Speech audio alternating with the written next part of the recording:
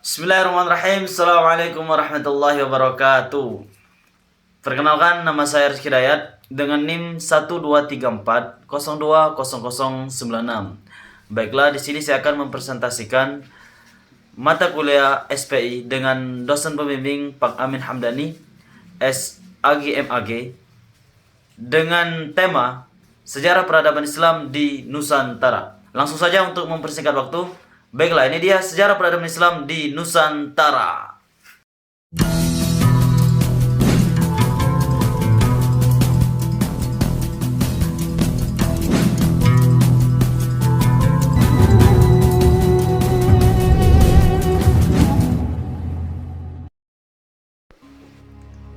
Baiklah, langsung saja. Di sini saya akan membahas ada beberapa pembahasan tentang sejarah peradaban Islam di Nusantara. Yang pertama itu adalah Nusantara pra-Islam. Yang kedua, masuknya Islam ke Nusantara. Yang ketiga, perkembangan Islam di Nusantara. Dan keempat, tokoh yang berpengaruh dalam penyebaran Islam di Nusantara. Lalu, media dalam penyebaran Islam dan Islam di era modern. Baiklah, untuk pembahasan yang pertama adalah Nusantara pra-Islam. Masyarakat Nusantara sebelum datangnya Islam merupakan masyarakat majemuk, kontak antara agama dengan agama dan antara agama dengan kepercayaan yang telah ada sebelumnya, mengakibatkan terjadinya saling mempengaruhi, bahkan terjadi pola sinkretisasi jauh sebelum Islam masuk ke Nusantara dan menjadi agama mayoritas. Masyarakat telah memiliki sistem kepercayaan sendiri. Secara umum, keyakinan tersebut disebut sebagai animisme dan dinamisme. Kemudian periode Hindu-Buddha dimulai sekitar abad ketiga dan pengaruhnya paling besar terdapat di Pulau Jawa.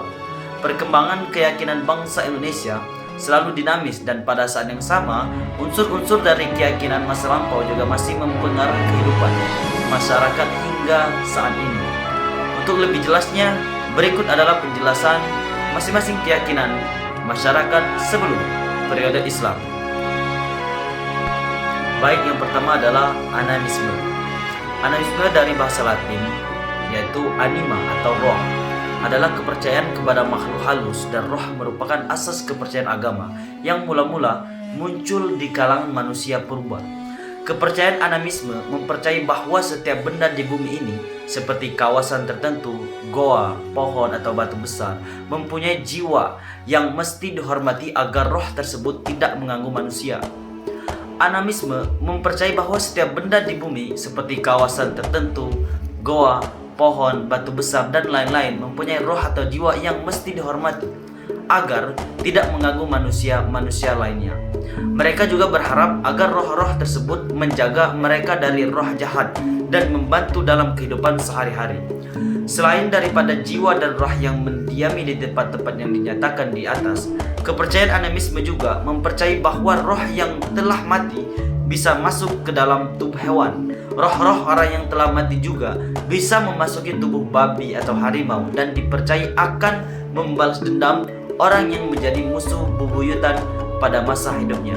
Bahkan hal tersebut dipercayai sampai turun-temurun. Garis besarnya, jadi animisme adalah berasal dari bahasa Latin yaitu anima atau anima. Kata ini berarti pernapasan atau roh. Pengembangan konsep dari animisme ialah adanya jiwa atau roh pada tiap-tiap benda hidup maupun benda mati. Keberadaan ini kemudian membuat pengantu animisme memuliakan benda-benda. Tujuan pemulihan ini agar benda-benda tersebut tidak memberikan gangguan kepada manusia, tetapi memberikan keberuntungan. Dalam animisme, tiap benda diyakini mampu memberikan manfaat dan pertolongan. Baik, selanjutnya adalah dinamisme. Apa sih dinamisme itu?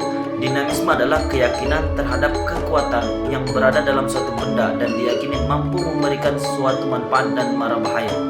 Benda-benda tersebut bisa berupa gunung, bebatuan, dan lain sebagainya.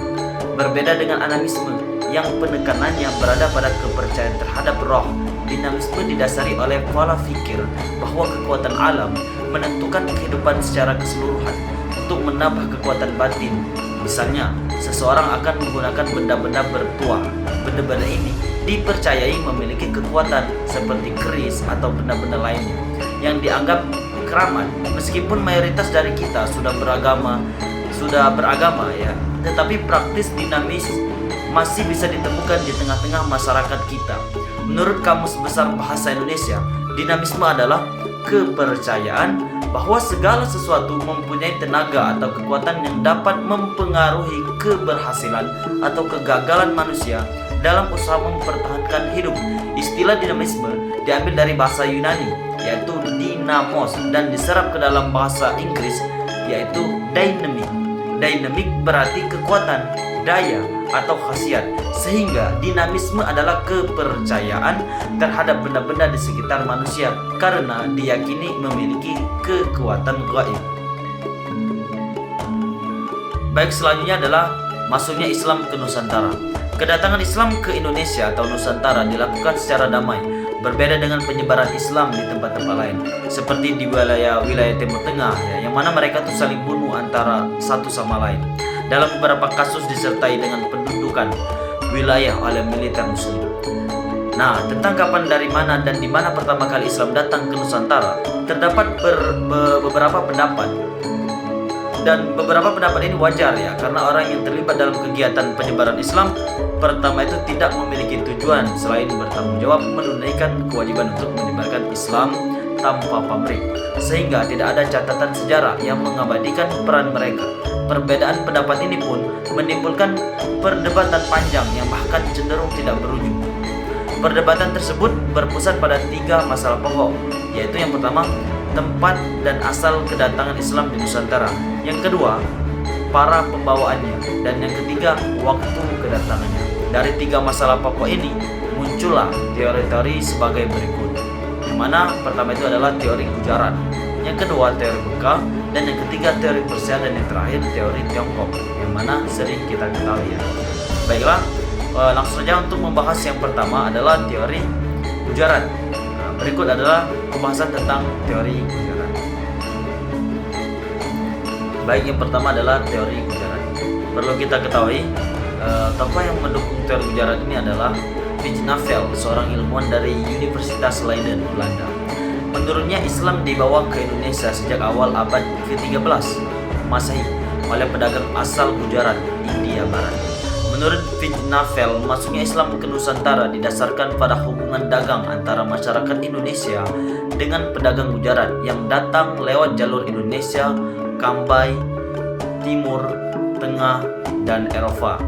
Teori Gujarat ini didukung oleh ilmuwan Belanda lain, yaitu Snoek Hartgranz, yang mengatakan hubungan dagang Indonesia dengan pedagang Gujarat sudah berlangsung lebih awal, bahkan sebelum orang-orang Arab datang. Terlebih saat itu, Islam diketahui memiliki pengaruh kuat di kota-kota India. Contoh, para Muslim Dhaka merupakan pedagang perantara antara Timur Tengah dan Indonesia. Menurut teori Gujarat juga, proses penyebaran Islam di Nusantara terjadi ketika pedagang Gujarat ini menetap di Indonesia untuk menunggu kedatangan angin musim. Mereka mulai berinteraksi dengan pedagang lokal dan penduduk setempat. Proses interaksi tersebut menghasilkan asimilasi budaya lewat perkawinan, sehingga kebudayaan dan ajaran Islam mulai menyebar melalui ikatan keluarga. Nah, itulah teori Gujarat. Dan yang kedua adalah teori Makkah. Nah, baik, selanjutnya teori Mekah. Sebelum mengetahui lebih lanjut mengenai teori Mekah, ada baiknya teman-teman mengetahui siapa tokoh pencetus teori Mekah ini. Simak hingga akhir ya. Tokoh yang mencetuskan teori ini adalah Haji Abdul Malik Karim Amrullah, atau lebih dikenal dengan nama Buya Hamka. Siapa sih yang tidak kenal dengan Buya Hamka? Menurut pandangan Buya Hamka, teori Makkah ini mengutarakan bahwa Islam masuk ke Indonesia dari Makkah. Melalui pandangan Buya Hamka atas teori Makkah ini, Buya Hamka juga menolak teori Gujarat yang menjelaskan bahwa Islam masuk ke Indonesia pada abad ke-13 dan berasal dari Gujarat. Buya Hamka menjelaskan bahwa teori Makkah yang ia cetuskan tersebut untuk mengoreksi teori Gujarat. Buya Hamka kemudian terus menguatkan pendapat mengenai sejarah masuknya Islam ke Nusantara dengan teori Makkah. Pada tahun 1963, Buya Hamka dan seminar sejarah masuknya agama Islam di Indonesia menjelaskan bahwa pandangannya mengenai teori Makkah. Buya Hamka menjelaskan bahwa bangsa Arab memiliki peran sebagai pembawa agama Islam ke Indonesia, lalu diikuti oleh orang dari bangsa Persia serta orang-orang dari bangsa Gujarat. Gujarat dinyatakan sebagai salah satu tempat singgah, serta Makkah dan Mesir merupakan pusat dari tempat pengembalian ajaran Islam tersebut. Nah, kemudian pada abad ke-13 di Indonesia telah berdiri suatu kekuatan politik beragama Islam. Oleh karena itu disimpulkan bahwa Islam telah masuk jauh lebih lama dan sebelumnya pada abad ke-7. Nah, atau kira-kira pada pertengahan Hijriah. Teori ini dibuktikan pula dengan wafatnya Nabi Muhammad pada tahun 632 Masehi serta kepemimpinan Islam yang dipegang oleh khalifah saat itu. Pada saat kepemimpinan Islam oleh khalifah tersebut, Islam kemudian menyebar lebih luas lagi. Lalu pada abad ke-8, pengaruh agama Islam telah menyebar ke seluruh bagian di Timur Tengah, Spanyol hingga Afrika Utara. Lalu pada dinasti Umayyah, pengaruh agama Islam menjadi lebih meluas di Indonesia. Buya Hamka juga berasumsi bahwa pedagang Arab pun turut andil dalam menyebarkan agama Islam. Menurut sebuah sumber dijelaskan bahwa pada seperempat abad ketiga dan abad ke-7, seorang pedagang Arab menjadi pemimpin dalam sebuah pemukiman Arab Muslim yang berada di pesisir pantai Sumatera. Orang Arab tersebut kemudian menikah dengan wanita lokal asal Sumatera, lalu membentuk sebuah komunitas Muslim yang terdiri dari orang Arab sebagai pendatang serta penduduk lokal setempat. Tak hanya itu, para pedagang Arab yang bermukim tadi juga ikut dalam melakukan kegiatan penyebaran Islam.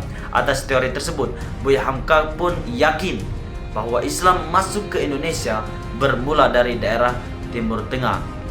Baik, selanjutnya adalah teori Persia.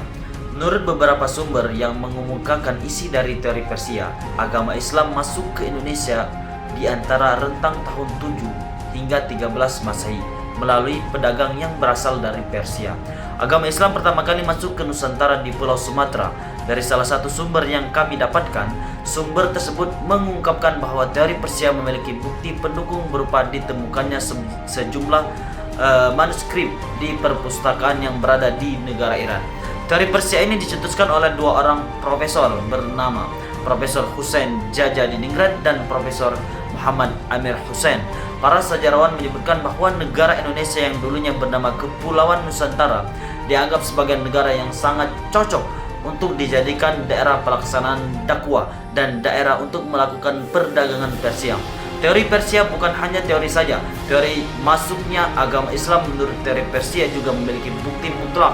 Bukti maksudnya agama Islam ke Indonesia menurut teori Persia antara lain adalah: yang pertama, ditemukan beberapa peringatan adat seperti peringatan 10 Muharram, perayaan upacara Tabuik di Bengkulu dan juga Sumatera Barat. Upacara tersebut adalah upacara yang biasa dilakukan di Persia untuk mengingat serta mengenang cucu Nabi Muhammad SAW yaitu Husain bin Ali. Tak hanya itu saja, terdapat tradisi Maulid Lompa yang digelar di Cikawang, peringatan hari Asyura yang bersumber dari Syiah atau Islam Persia.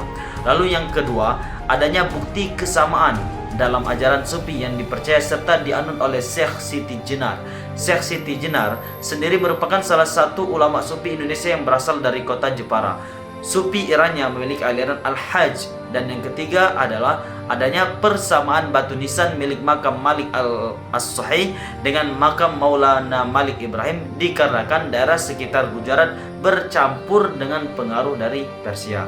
Yang keempat, adanya kesamaan kosakata antara bahasa Persia dengan bahasa Melayu. Itu membuktikan bahwa adanya penyebaran bahasa Persia menjadi beberapa kosakata untuk bahasa Melayu atau bahasa Indonesia. Rata-rata kosakata yang mengalami penyerapan serta penambahan adalah kosakata yang berhubungan dengan pelabuhan, seperti salah satu kosakata Syah Bandar. Tak hanya itu saja, menurut salah satu sumber yang kami dapatkan, Indonesia pernah menerbitkan sebuah buku yang berisi kosakata bahasa Persia yang diserap dan dijadikan sebagai kosakata bahasa Indonesia, baik kosakata resmi maupun kosakata biasa.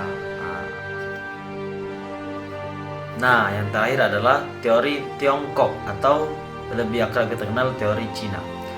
Perlu kita ketahui dulu alasan lain mengenai teori ini juga karena relatif dekatnya jarak antara daratan Cina dengan Indonesia.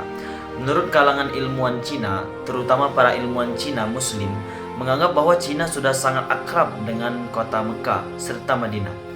Masuknya agama Islam ke Indonesia juga dipercaya bertepatan dengan banyaknya migrasi orang negara Cina Muslim ke negara Asia Tenggara, terutama wilayah Nusantara, yaitu Indonesia, yang pada umumnya kebanyakan memasuki daerah Sumatera bagian selatan yang terjadi pada abad ke-9 Masehi atau pada tahun 879 Masehi. Terdapat pula bukti lain yang mendukung teori Cina yang ada, yaitu banyaknya jumlah pendakwa yang berasal dari keturunan Cina dan memiliki pengaruh yang besar pada masa Kerajaan Demak. Kerajaan Demak sendiri merupakan kerajaan Islam pertama yang ada di Pulau Jawa, sehingga hal tersebut menjadi faktor besar dalam teori ini. Terdapat pula penjelasan mengenai Kesultanan Demak yang didirikan oleh Raden Fatah yang merupakan putra dari Majapahit. Islam yang dibahas pada buku sejarah yang ditulis oleh Nana Sufredna. Banyak orang juga yang meyakini bahwa agama Islam pertama kali masuk ke Nusantara tepatnya pada tahun 700 Masehi atau pada abad ke-7. Di mana ditemukan catatan Cina kuno yang menerangkan bahwa pada masa tersebut terdapat perkampungan atau pemukiman Arab yang berlokasi di daerah pesisir barat Pulau Sumatera sampai ke sekitar Selat Malaka. Selain melalui kegiatan perdagangan, terdapat pula penyebaran agama Islam yang memang murni atau memiliki tujuan serta niat untuk menyebarkan agama Islam melalui cara berdakwah. Seperti salah satu tokoh penyebar agama Islam yang ada di Nusantara yang hingga saat ini juga sangat terkenal adalah disebut itu adalah Wali Songo. Para Wali Songo tersebut bukan hanya menyebarkan agama Islam melalui berdakwah saja, namun juga mengajarkan masyarakat Nusantara mengenai ajaran agama Islam yang ada dengan cara mendekati para masyarakat pribumi serta berbaur dan mengikuti berbagai adat istiadat dan kehidupan sosial budaya yang berlaku di daerah tersebut. Nah, itulah beberapa teori tentang sejarah masuknya Islam ke Nusantara. Yang pertama tadi ada teori Gujarat, yang kedua ada teori Makkah, dan yang ketiga ada teori Persia, dan yang terakhir tadi teori Tiongkok atau teori Cina. Baik, selanjutnya adalah perkembangan Islam di Nusantara. Di sini kita akan singkat saja bahwa perkembangan Islam di Nusantara itu pertama kali datang, kita ketahui bahwasanya Islam datang ke Nusantara itu pada abad ke-7. Sejarah mencatat bahwa Islam pertama kali masuk ke Indonesia atau Nusantara pada abad ke-7 Masehi. Perdagangan maritim menjadi jalur utama penyebaran agama ini. Pedagang-pedagang Muslim dari berbagai wilayah seperti Gujarat, India, dan Timur Tengah datang ke pelabuhan-pelabuhan Indonesia membawa bersamaan ajaran Islam. Dan di abad ke-11, ini perlu diperhatikan, di abad ke-11 tidak terdapat bukti yang konkret mengenai teori ini. Namun para ilmuwan memiliki bukti sebagai pendukung teori ini, yaitu ditemukannya nisan Fatimah binti Maimun yang tertera tahun 1082. Mereka juga menemukan jimat yang terdapat tulisan demi Allah Muhammad yang diperkirakan dari abad ke-11 sampai 15. Nah, ini perlu kita ketahui. Di abad ke-13, sekarang abad ke-13, bahwa pada abad ke-13 Masehi, pengaruh Islam semakin mendalam di wilayah pesisir utara Sumatera dan Jawa. Kerajaan-kerajaan Islam seperti Samudra Pasai di Aceh dan Kerajaan Demak di Jawa muncul sebagai pusat-pusat penyebaran agama dan kebudayaan Islam. Pada masa ini, interaksi budaya dan perdagangan semakin membuka pintu bagi Islam untuk tumbuh dan selalu berkembang. Nah, jadi kesimpulannya bahwa Islam itu masuk pada abad ke-7, bukan ke-13, bukan ke-14, bukan ke-15, tapi ke-7 ya.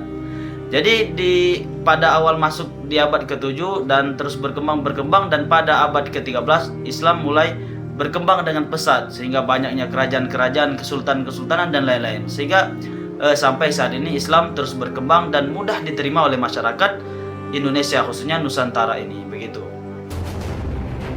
Nah, selanjutnya adalah tokoh-tokoh yang berpengaruh dalam penyebaran Islam di Nusantara. Pertama adalah tokoh-tokoh sejarah yang berpengaruh di Sumatera. Ada Sultan Malik Al-Saleh, Sultan Ahmad, Sultan Alauddin Riyad Shah, Sultan Iskandar Muda.